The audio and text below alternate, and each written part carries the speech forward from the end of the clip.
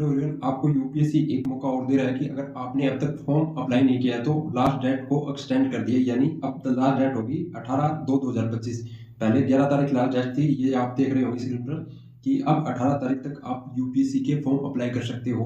अभी आपको टाइम मिल गया। आपने अगर डॉक्यूमेंट नहीं है आपके पास कुछ, तो आप अभी तैयार करवा कर अभी फॉर्म अप्लाई कर सकते हो। ये नोटिफिकेशन है यूपीएससी का और ये कल शाम को आया था।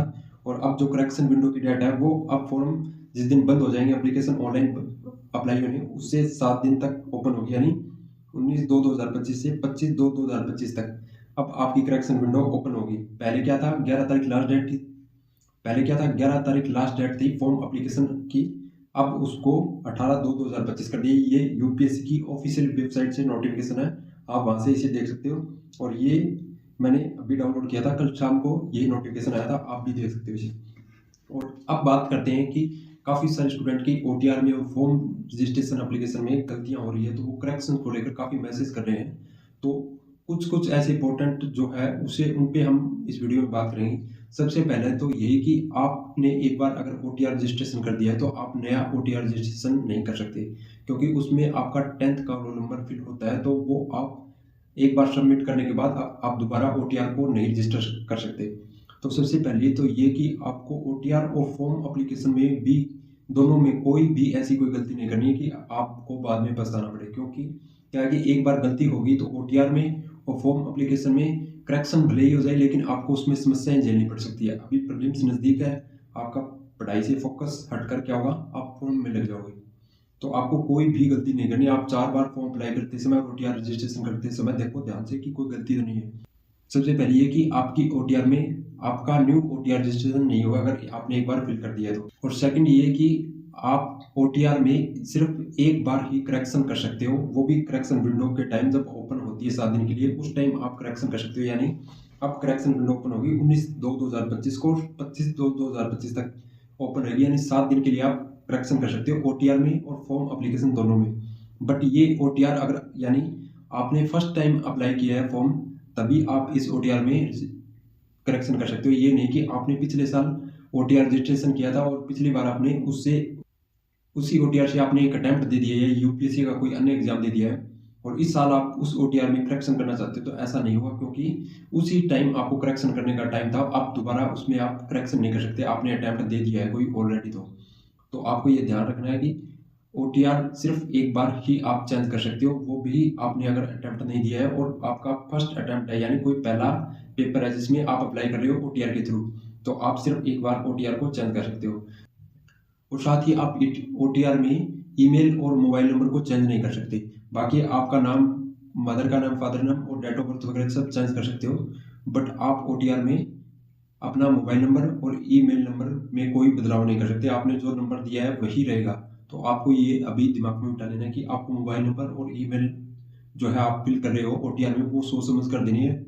बाद में उसमें कुछ भी करेक्शन नहीं होगा और ना ही न्यू ओटीआर रजिस्ट्रेशन होगा। तो ये एक बड़ी गलती होती है कि ये सोचते हैं कि बाद में इसमें बदलाव कर लेंगे, बाद में कोई बदलाव नहीं होगा इसमें।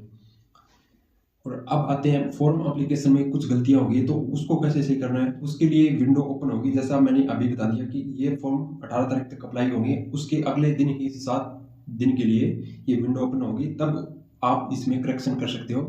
और फॉर्म एप्लीकेशन में करेक्शन के लिए कुछ स्पेसिफिक दिया गया है कि फॉर्म एप्लीकेशन में जैसे आप ऑप्शन सब्जेक्ट को करेक्शन के टाइम सही नहीं कर सकते। आपने एक बार मेंस एग्जाम की डिटेल्स को गलत फिल कर दिया है तो आप उसे चेंज नहीं कर सकते। आपको यही सोच समझ कर भरना है। वहाँ पे लिखा गया है फॉर्म एप्लीकेशन में कि आप ये चीज़ें चेंज नहीं कर सकते हो, सिर्फ नाम वगैरह चेंज कर सकते हो, कुछ अदर डॉक्यूमेंट्स में चेंज कर सकते हो।